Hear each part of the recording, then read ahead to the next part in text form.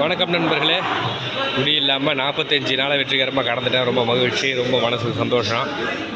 அப்புறம் என்ன, இன்றைக்கி வந்துட்டு அரை ஷிஃப்ட்டு லீவு விட்டுருந்தாங்க.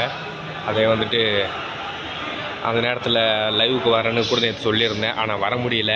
அந்த அரை ஷிஃப்ட்டெல்லாம் நம்மளுக்கு வந்துட்டு இங்கே வேலை செய்யக்கூடிய நேரத்துக்கு உடம்பு டயர்டுக்கு எப்படி போகுது, எப்படி என்ன ஆகுது என்னன்னே நம்மளுக்கு தெரியாது. அவ்வளோ ஸ்பீடாக போய்டும். நம்ம தூங்குறதுக்கே டைம் சரியாக போயிடும்.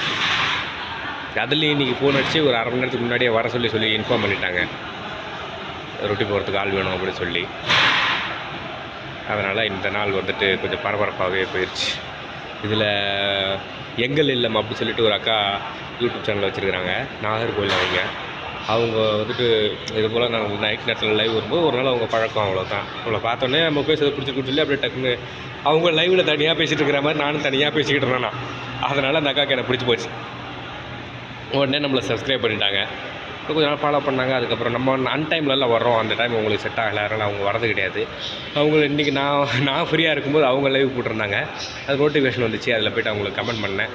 அப்புறம் இது போல் நம்ம 2 பேரும் இந்தியா நேரப்படி 3 மணிக்கு லைவ் டுகெதர் பண்ணலாம் அப்படி சொல்லி ப்ரோக்ராம் நான் தான் ஃபிக்ஸ் பண்ணேன். ஆனால் கடைசியில் என்ன பண்ணுறது, போஸ் முதலாளி வந்துட்டு கொஞ்சம் சீக்கிரமாக வர சொல்லி இன்ஃபார்ம் பண்ணிட்டாருன்னு சொன்னேன்ல. மலேசியா நேரப்படி 7 மணிக்கு நான் போக வேண்டியது 6:30 மணிக்கு வர சொல்லிட்டாங்க. அப்படின்னும்போது 4 மணிக்கு நான் வேலைக்கு வரணும். அப்போ 3 மணிக்கு மேலே நான் லைவுக்கு வரணும் அப்படின்னா நான் வந்துட்டு கிளம்பணும். அப்புறம் அந்த பரபரப்பில் நான் அது ஒரு அரை மணி நேரம் லைவுக்கு வரேன் அப்படின்னாலும் அது பிரயோஜனம் இல்லைல்ல.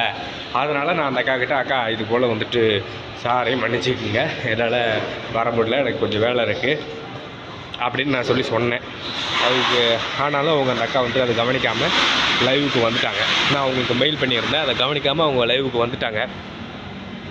என்ன பண்ணுறது, எனக்கு 46 நிமிஷம் அவங்க லைவ் பண்ணியிருக்காங்க. அவங்க கட் பண்ண அந்த நிமிஷம் நான் வந்துட்டு இது போல் நக்கா லைவ் பண்ணுறதை வந்துட்டு நான் பார்த்துட்டு உடனே எங்கள் முதலாளிக்கு ஒரு வாய்ஸ் மெசேஜ், நான் இது போல் 7 மணிக்கே வந்துடுறேன் அப்படின்னு சொல்லிட்டு மெசேஜ் அவருக்கு அனுப்பிட்டு உடனே நான் லைவுக்கு வரேன். அவங்க டெலிட் அந்த லைவை கட் பண்ணி 1 நிமிஷம் ஆகுது. 1 நிமிஷம் முன்னாடி போயிருந்தால் கூட நான் வந்துட்டு இது பண்ணியிருக்கலாம். லைவுக்கு வந்துட்டு அப்புறம் அவங்க ஓனருக்கு தெரியப்படுத்த முடியாதே, அப்படி தெரியப்படுத்திட்டு போகலான்னு பார்த்தேன். அப்புறம் அவங்களுக்கு மெயில் பண்ணேன், அவங்களோட இதிலே கமெண்ட் பண்ணேன். சரி ஓகே, இன்னொரு நாள் லைவ் பண்ணலாம் அப்படின்னு சொல்லி முடித்தாங்க. அதோடு இருக்குது. ஓகே, இந்த நாள் எங்கள் தங்கச்சி மாமனார் மாமியார்கிட்ட பேசினேன். ரொம்ப மனசுக்கு சந்தோஷம். திருப்பூர் வந்திருக்காங்க அவங்க, திருவண்ணாமலையிலேருந்து. ஓகே, இந்த நாள் ரொம்ப இனிமையாகவே முடிஞ்சுது. ஓகே, மற்றபடி என்ன, 45 நாளை வெற்றிகரமாக கடந்தாச்சு. ரொம்ப மனசுக்கு சந்தோஷம், மகிழ்ச்சி. ஓகே நண்பர்களே, நாளைக்கு மீண்டும் சந்திப்போம். நான் கடந்த வார அனுபவமே போகிறதில்ல, அதை நான் தான் எப்படியே பேசிடுறேன் டெய்லி. அதனால் சரி ஓகே, பாய்.